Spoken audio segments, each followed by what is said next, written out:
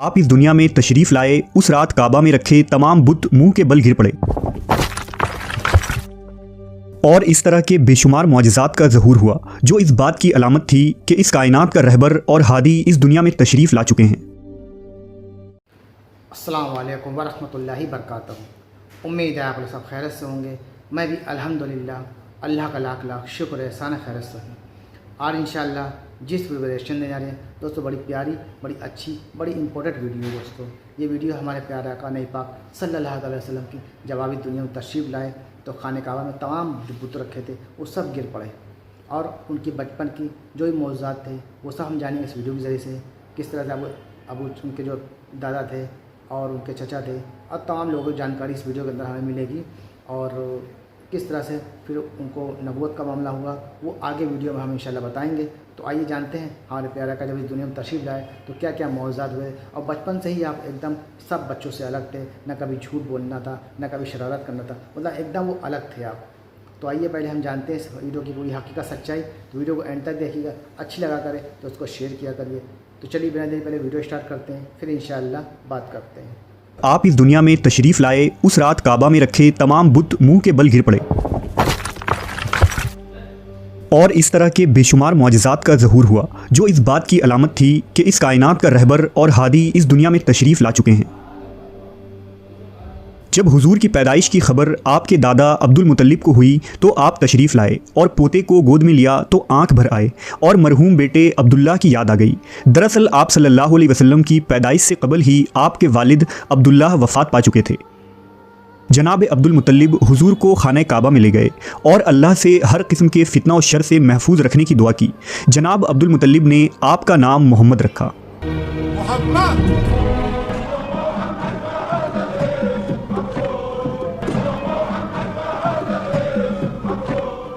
हुजूर सल्लल्लाहु अलैहि वसल्लम ने 3 दिन तक अपनी वालिदा बीबी आमना का दूध पिया और फिर अबू लहब की बांदी सोबिया ने आपको दूध पिलाया। अरबों में रिवाज था कि परवरिश के लिए शेरखार बच्चे को देहात में भेज दिया जाता था ताकि देहात के साफ़ आबो हवा और कुदरती ग़िज़ा के ज़रिया उनकी अच्छी तरह परवरिश हो। दरअसल उस ज़माने में बनु साद और बनु बकर की औरतें मक्का आती थीं और नौमौलूद बच्चों को अपने साथ परवरिश के लिए ले जाया करती थीं। लिहाजा जब बनु साद कुरैश के इलाके में आए तो औरतों ने मालदार घरों से बच्चों को गोद ले लिया ताकि उन्हें ज़्यादा से ज़्यादा माल व दौलत और इनाम व इकराम मिल सके। लेकिन जब उन औरतों ने बीबी आमना के लाल को देखा और ये पता चला कि ये बच्चा यतीम है तो माल ना मिलने की उम्मीद से आप सल्लल्लाहु अलैहि वसल्लम को किसी ने भी गोद लेने से इनकार कर दिया। उन्हीं औरतों में दाई हलीमा भी थी जो निहायत ही गरीब खातून थी और उनकी ऊँटनी भी लागर थी। जब हलीमा सादिया की नज़र हुजूर सल्लल्लाहु अलैहि वसल्लम पर पड़ी तो मोहब्बत का ठांटे मारता समुंदर उनके सीने में मौजज़न हो गया। लिहाजा बीबी हलीमा ने आप सल्लल्लाहु अलैहि वसल्लम को गोद लिया और अपने कबीले की तरफ चल पड़ी। मोहम्मद सल्लल्लाहु अलैहि वसल्लम के गोद में आते ही बरकतों का ज़हूर शुरू हो गया। बीबी हलीमा की ऊँटनी जो निहायत ही कमज़ोर थी उसके थन दूध से भर गए। जब काफ़िला कुछ दूर पहुंचा तो ऊँटनी खुशी खुशी काफ़िले से आगे आगे चली जा रही थी। इस पर काफ़िले वालों ने पूछा, ए हलीमा, क्या ये तेरी ही ऊँटनी है या कोई और है? हलीमा सादिया के शौहर हारिस ने भी ये सब महसूस करके अपनी ज़ौजा से कहने लगे, हलीमा, ये तो बहुत बरकत वाला बच्चा है। हलीमा सादिया ने कहा, वाकई मुझे भी यही उम्मीद है कि यह निहायत ही बाबरकत बच्चा है और खुदा की रहमत बनकर हमको मिला है। जब बीबी हलीमा सादिया काफ़िले के साथ अपने गांव पहुंची तो वहां सख्त कहत पड़ा हुआ था।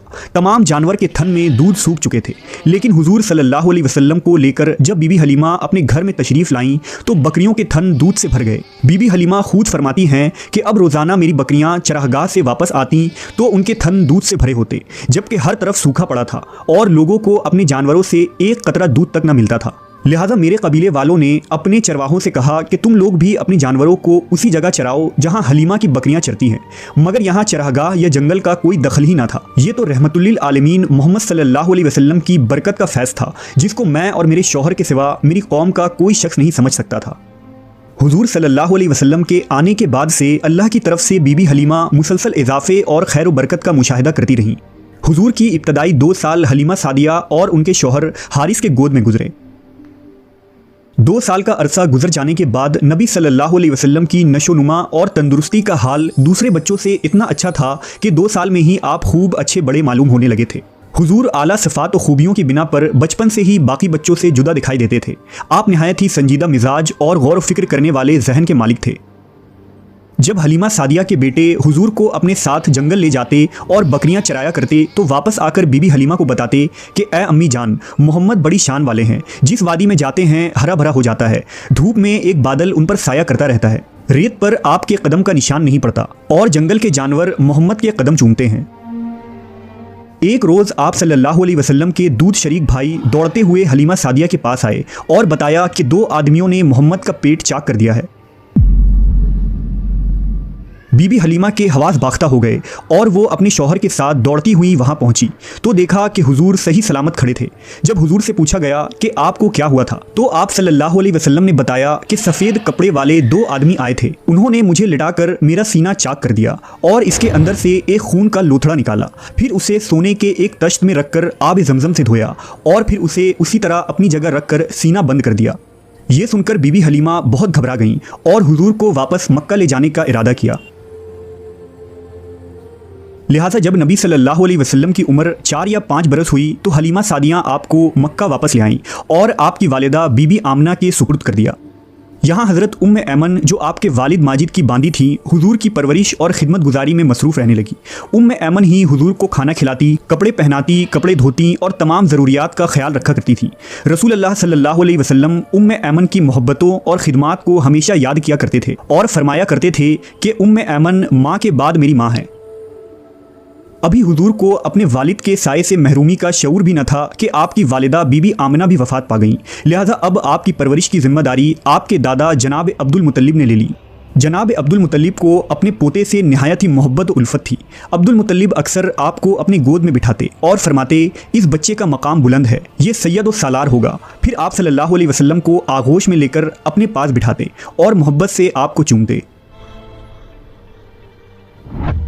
जब हुजूर की उम्र 8 बरस की थी तो एक दिन अपने दादा की चारपाई के पास बैठकर ज़ारो कतार रोने लगे, क्योंकि इस यतीम पोते के सरपरस्त और वाहिद सहारा अब्दुल मुत्तलिब की भी वफ़ात हो गई।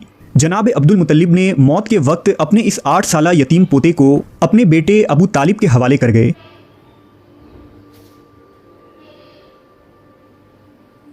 अल्लाह की तरफ से रसूलुल्लाह सल्लल्लाहु अलैहि वसल्लम को यतीम रखने की बहुत सारी हिकमतें थी। मसलन यतीमी में इंसान खुद को बिल्कुल अकेला महसूस करता है, लिहाजा इस अकेलेपन की वजह से हुजूर ने अल्लाह से ताल्लुक़ जोड़ा। एक यतीम की ज़िंदगी तंगी और परेशानियों से भरी होती है, लिहाजा एक यतीम शख्स तमाम तर मुश्किलात से गुजरता है और उसके अंदर एहसास ज़िम्मेदारी और मुख्तलिफ सलाहियतें पैदा होती है। इन मुश्किलात और तकलीफ़ों की वजह से ही यतीम शख्स दूसरों के मुकाबले में ज़्यादा हसास और रहमदिल हो जाता है।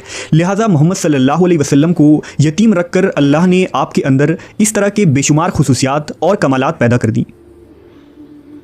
बहरहाल अब अबू तालिब की सरपरस्ती में हुजूर की ज़िंदगी का नया दौर शुरू हुआ।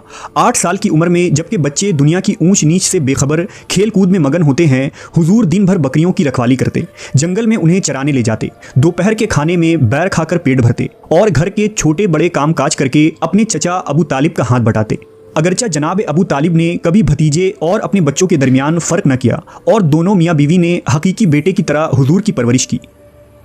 हुजूर 8-9 साल की उम्र में हर सुबह शहर से बाहर निकल जाते और शाम तक अकेले सहरा में रहते थे। अक्सर औकात खुले आसमान और बादलों पर नज़र जमाए रखते और सूरज ढलने से पहले मवेशियों को लेकर वापस आबादी में लौट आते।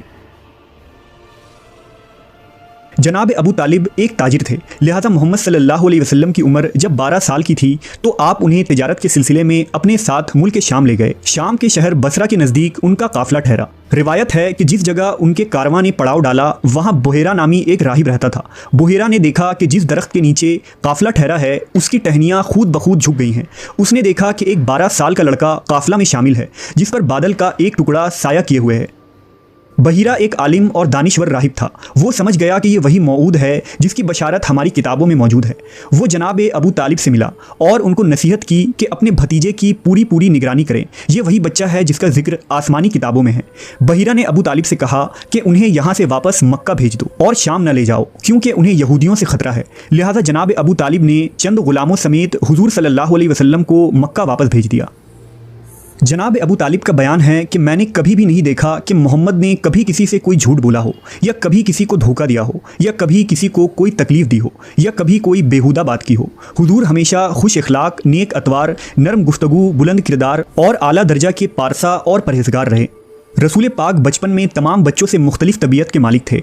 आप में बाकी बच्चों की तरह शरारतें और शौखियाँ न थीं, बल्कि आप बचपन ही से इस कायनात के निज़ाम पर गौर व फिक्र किया करते थे। तो दोस्तों, ये तमाम एक्शन जो आपने देखा हमारे प्यारे का कि पैदाइश का पूरा वाक़या इसमें बताया गया, किस तरह से आप तशरीफ़ लाए और किस तरह से खाने काबा में जो बुत रखे थे वो गिर गए। तो दोस्तों, उम्मीद है आपको हमारी वीडियो अच्छी लगी होगी। वीडियो अच्छी लगी हो तो इसको शेयर जरूर करिएगा। मिलेंगे इंशाल्लाह आपसे नेक्स्ट वीडियो में। तब तक के लिए अस्सलाम वालेकुम व रहमतुल्लाहि व बरकातहू।